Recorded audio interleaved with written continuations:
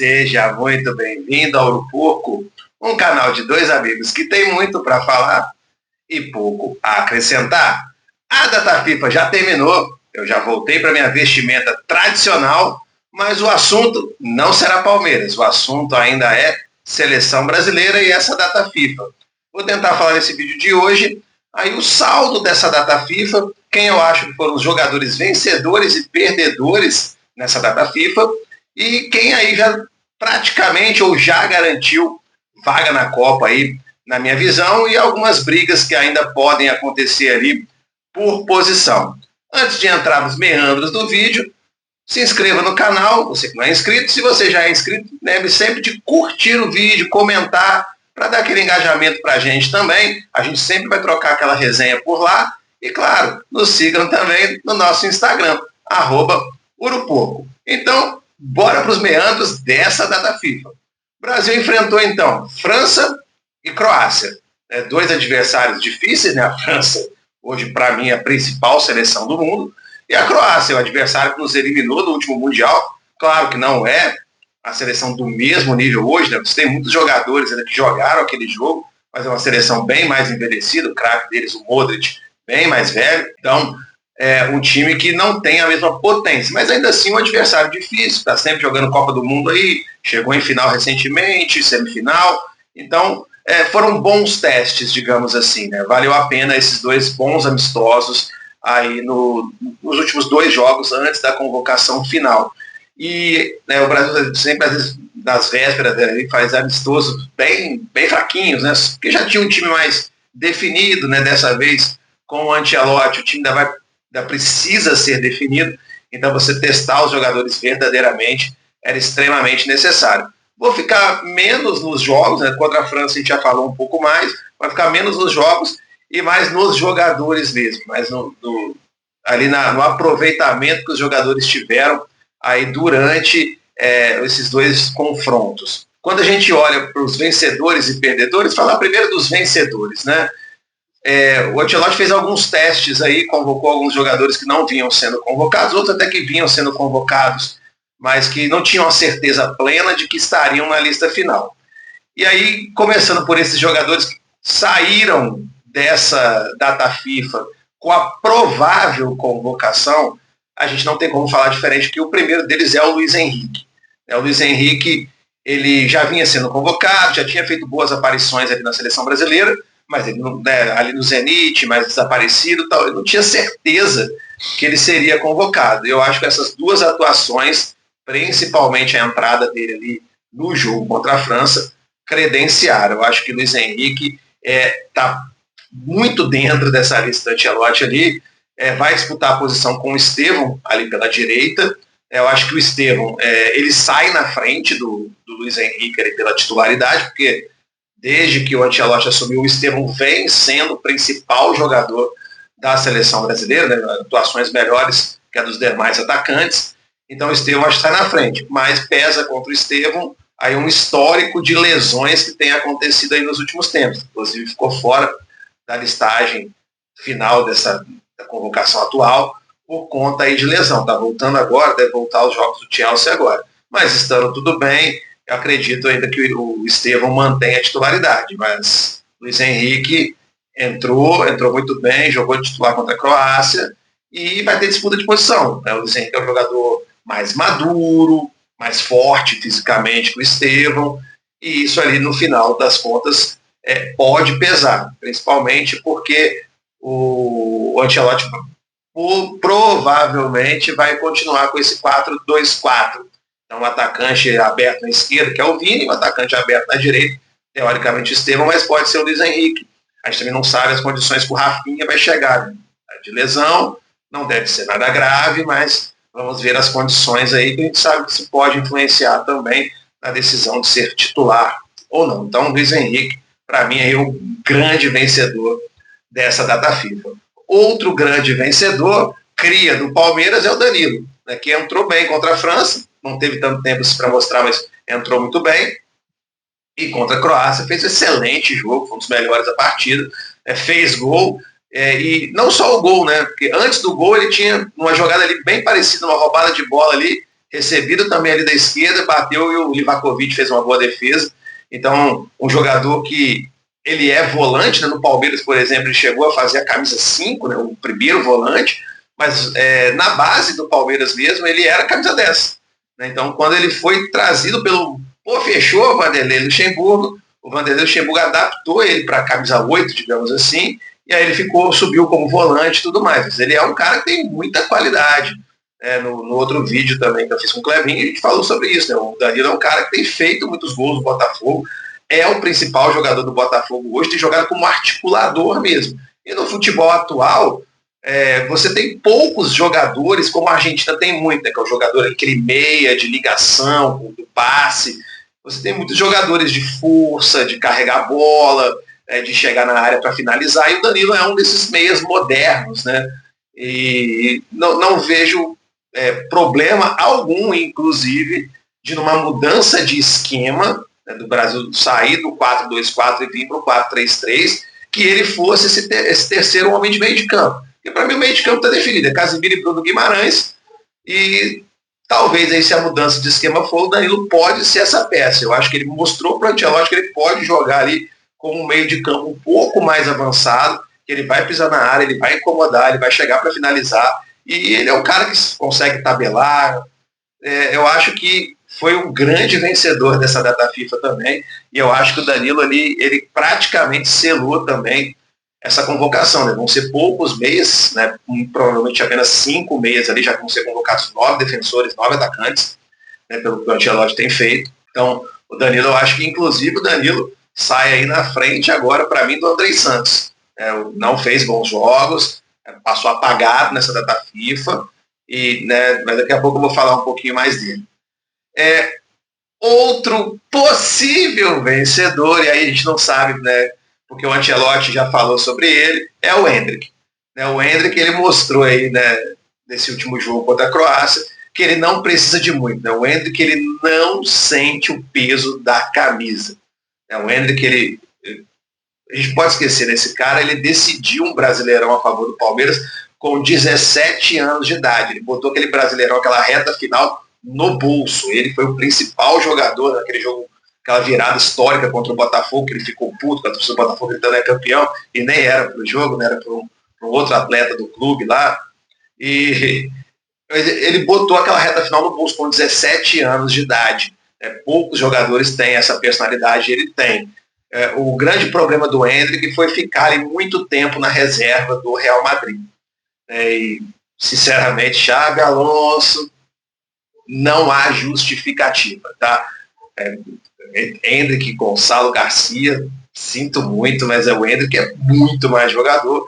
E já mostrou isso rapidamente no Lyon. Então ele chegou no Lyon, rapidamente se adaptou, é titular, tem feito gols, dado muitas assistências, e tem jogado bem, né? Não é só gol e assistência, não é só número, né?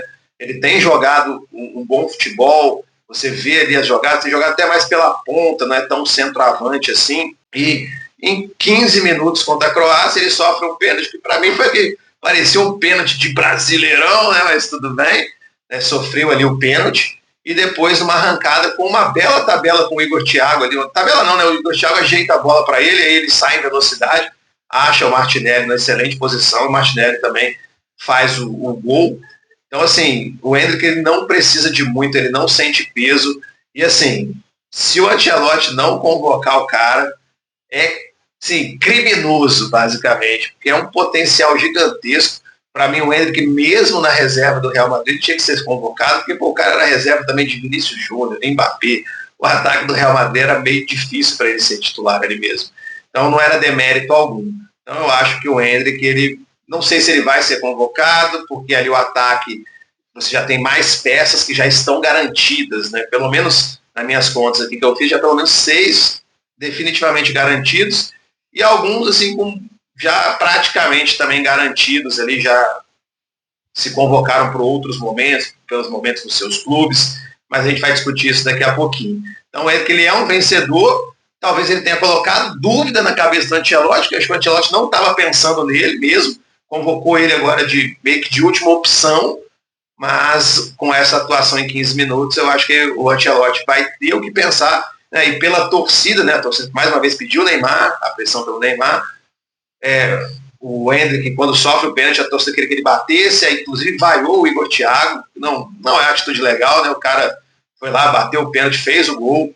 Né? O Igor Thiago talvez também, pelas suas características, e o Brasil não tem muitos jogadores com essas características de centroavante mesmo, talvez ele também tenha conseguido selar, né? Um outro possível vencedor dessa data FIFA. O dele ainda está mais nebuloso, que entrou no decorrer dos 2 jogos, mas bateu o pênalti, personalidade. Então, acho que o Ancelotti gostou do que viu ali do Igor Thiago também. Eu acho que ele pode ser também aí um grande vencedor dessa data FIFA. Agora, tem alguns perdedores, alguns jogadores que não conseguiram mostrar muita coisa durante a data FIFA e outros que assim, já tinham uma vida muito difícil e também não conseguiram convencer. Então, ali na zaga, você tem o Ibañez e o Léo Pereira, que muito possivelmente não serão convocados, né, cara? Assim, eles não conseguiram mostrar, não foram mal, mas não conseguiram mostrar nenhum diferencial durante essa data FIFA. Eu acho que o Ancelotti já tem ali os defensores, principalmente os zagueiros, ali muito bem estabelecidos. Então, acho muito difícil que o Ibañez e o Léo Pereira tenham conseguido ali convencer o técnico do Brasil a fazer essa convocação deles para a Copa do Mundo. Um outro jogador que foi o grande perdedor foi o Andrei, cara. O Andrei, ele estava praticamente garantido, assim, como reserva do Bruno Guimarães, e aí com o Danilo jogando o que jogou e o Andrei não jogando, né? Então pode ser que ele tenha agora colocado a pulguinha atrás dele. Eu ainda acho que ele provavelmente será convocado, mas eu já não acho uma certeza absoluta ele não. Eu acho que ele é o cara que está brigando pela vaga no meio de campo, mas não se garantiu ainda. Então, para ele, essa data FIFA não foi muito legal. No primeiro jogo, ele foi muito atrapalhado, até pela má atuação do Casemiro, mas também não conseguiu fazer muita coisa. Então, na cabeça do Ancelotti, isso pode pesar ali, que o Andrei não é um cara que vai... Não tem um diferencial. Está jogando bem no Chelsea, não é isso, mas ele não tem nenhum diferencial. Né? Eu acho que jogador por jogador, o Danilo consegue fazer mais funções no meio de campo do que o próprio Andrei.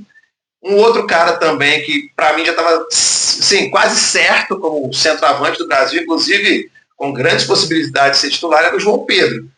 E o João Pedro, que perde um bom momento dele no Chelsea, não conseguiu demonstrar nada nesses 2 jogos.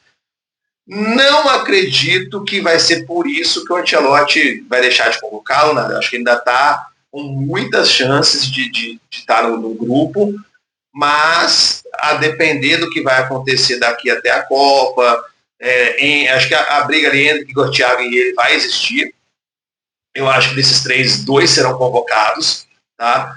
Então, acho que alguém vai rodar. Eu acho que hoje o Endrick tende a rodar, mas os 15 minutos dele e mais que vai decorrer daqui até a convocação pode pesar. Acho que essas más atuações do João Pedro, inclusive saindo de titular contra a Croácia, pode pesar aí contra o jogador do Chelsea, cara. Acho que era um momento ali de você demonstrar mais e ele não conseguiu.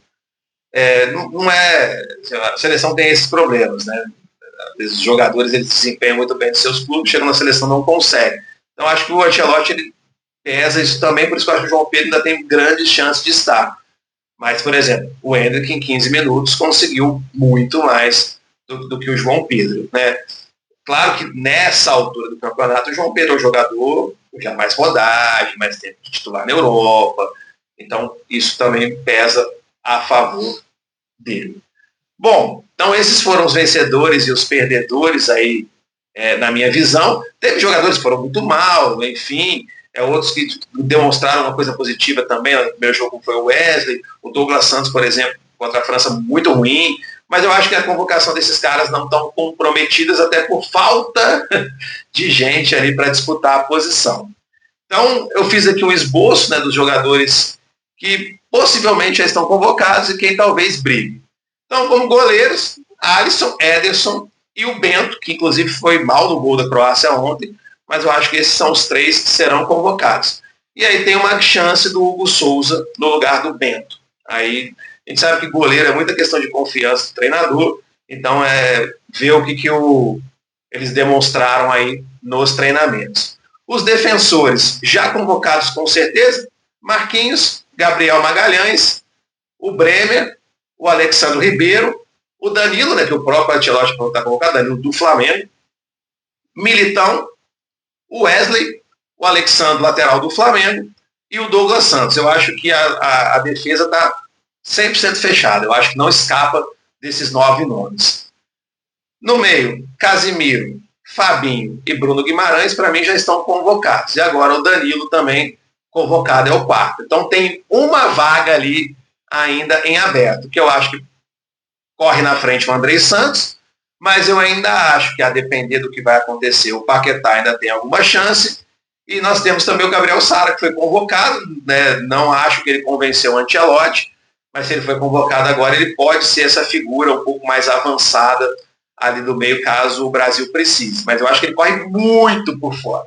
Eu acho que está mais para o André mesmo e talvez para o Paquetá. Né? Andrés Pereira, outros jogadores que já figuraram por ali, eu acho que por não ter sido convocados nessa, também não serão na última. No ataque, nós temos já convocados Vinícius Júnior, Rafinha, Martinelli, Matheus Cunha e Luiz Henrique. E o Estevão. Né? Então, 6 que você já tem certamente convocados. Eu ainda acredito, tá? Não sei se, né, se eu estou certo, que até para evitar a encheção de saco, o Ancelotti vai levar o Neymar. Tá? Né? Então, você está pedindo, você tem aí uma galera fazendo puro, e aí para não ficar aquele negócio assim, né, não trazer só para ele, eu acho que ele vai acabar levando. E se ele levar o Neymar, Endrick, Igor Thiago e João Pedro. Desses 3, um vai rodar. Né? Vão ser 9 atacantes convocados. Então, a minha dúvida é essa. Né? Se o Neymar for, eu acho que o Endrick é o provável a rodar. É hoje o mais provável a rodar. A depender do que vai acontecer daqui até a Copa. Agora, se ele não levar o Neymar, eu acho que vão os 3 aí, até porque o Endrick não faz só de centroavante, e aí você teria 2 centroavantes, mais um jogador ali que pode fazer várias funções do ataque, segundo atacante, pode fazer uma ponta também, trazendo para o meio para finalizar, que finaliza muito bem. Então, os 26 do Ancelotti já estão muito bem definidos. São pouquíssimas vagas que restam, e aí agora é aguardar. Né? A gente sabe que tem jogador naquele momento final que você não pode ignorar a fase dele para a convocação. Então, vamos ver aí quem se destaca nesses últimos 2 meses aí, na verdade 1 mês e pouquinho, até a próxima convocação. Se você chegou até aqui, muito obrigado e valeu!